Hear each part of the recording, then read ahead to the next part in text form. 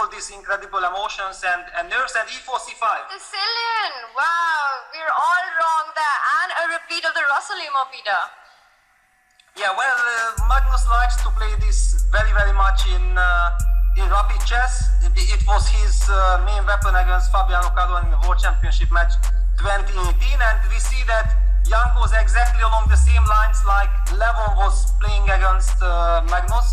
I think this is still very, very similar. Probably not the move bishop takes c6, b takes c6. Somehow this it's already on the board. It reminds me of that game. Yeah, queen c7.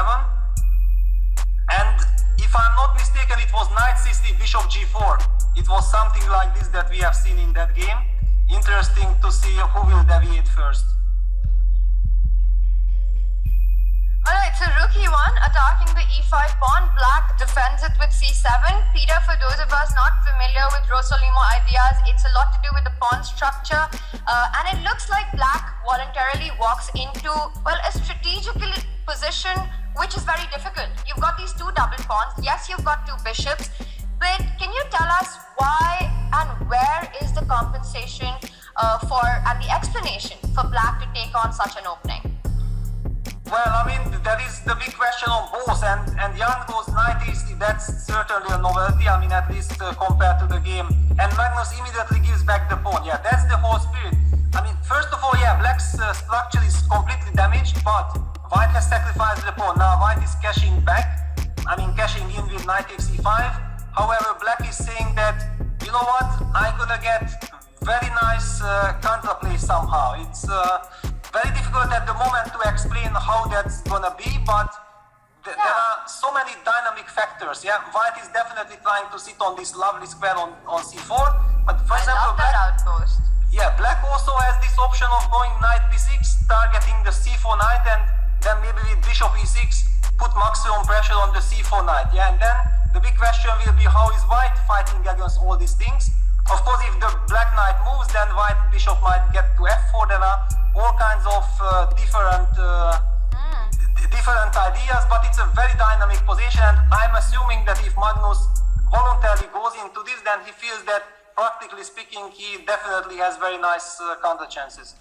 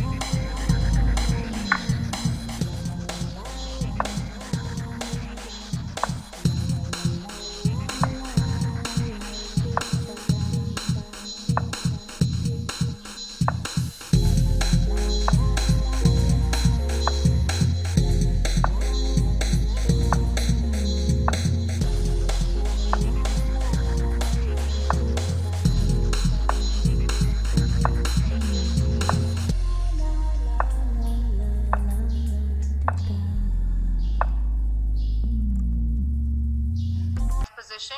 Bishop g3, the line queen e2 feels absolutely fine. So Peter, what are we missing here? Well, also the players are not sure. Look at this: Queen c1 check, King h2. I would not be surprised but okay, Magnus is maybe also just trying to cash in on the extra 10 seconds. Yeah, for 2 moves he got 20. But I mean, if there is a very clear follow-up, everything is clear. But if there is no follow-up, then just some mysterious move with 1 minute on the clock, it's kind of very difficult to find. The big question in this game is, I was gonna say, is Magnus gonna draw or will he try for more? And he makes the most unexpected move. He plays a6. Peter, this is a bit too much to understand when all the action is on the king side. Queen e2 was exactly the move that Nepo needed to, well, get things under control, as you say, get harmony in the position. And now it is queen on e2 threatening queen e5. Things look like it can't be that bad for white. Yeah, but maybe you can just move the king to... No, now Magnus goes queen c1 check. I felt like maybe just king h6 and then... but then knight e5. Okay, let's just show you. This is very important, that actually after queen e2, white is threatening to bring back his knight. Yeah, and black needs to pay attention to this. Queen c1 check. I mean, king g2, queen g5 check, king h1 looks very, very natural. Wow, just incredible stuff. So queen c1, and it looks like Magnus will have to repeat here with the knight coming into the game from e5 or a queen e5 check threatened. Hard to find a way forward. Peter, we did notice that moment, and maybe we'll take a look at it once the game is finished, what it is that Magnus could have done to keep his chances alive. And we're heading for a repetition. So we've got a lot of punditry going on by chat. Well predicted on Twitch and on YouTube that this is in fact going to end in a draw. Yeah, the chat is really impressive, and yeah, the game ended in a draw with Steve for the repetition. Because if you would have asked me, I would say no. I really feel that something is in the air, but yeah, finally it was a draw.